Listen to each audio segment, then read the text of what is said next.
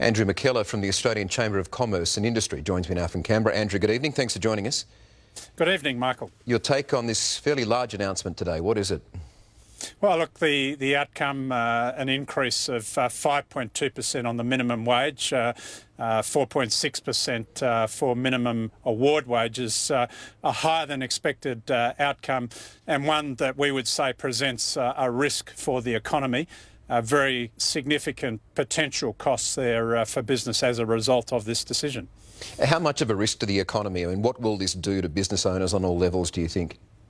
Well, by our calculations, it means additional costs now flowing through to the affected businesses, around $7.9 billion a year. That's quite a significant increase, particularly for those smaller and medium-sized businesses, many of whom have been doing it very tough over the past couple of years with the pandemic, struggling to keep their doors open, keep their employees on. Now, just as they're getting back on their feet, they're facing a significant number of challenges, including rising costs on a number of fronts and now higher wage outcomes. Andrew, traditionally, if bosses have to pump up the pay packet of their employees, it means some people get sacked along the way. Do you think that's going to happen?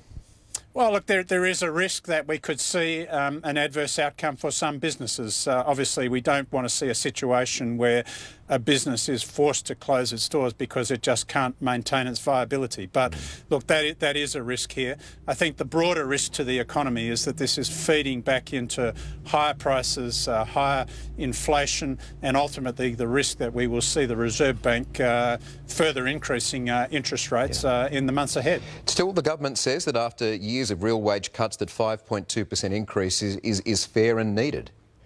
Well, we think it's higher than it is justified. The target that the Reserve Bank has for inflation is 2 to 3%. We said a 3% increase was reasonable. So we think that's where it should have been set if we're going to get inflation under control.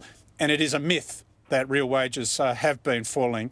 Over the past 6 years, the minimum wage has actually increased in real terms by more than 6%.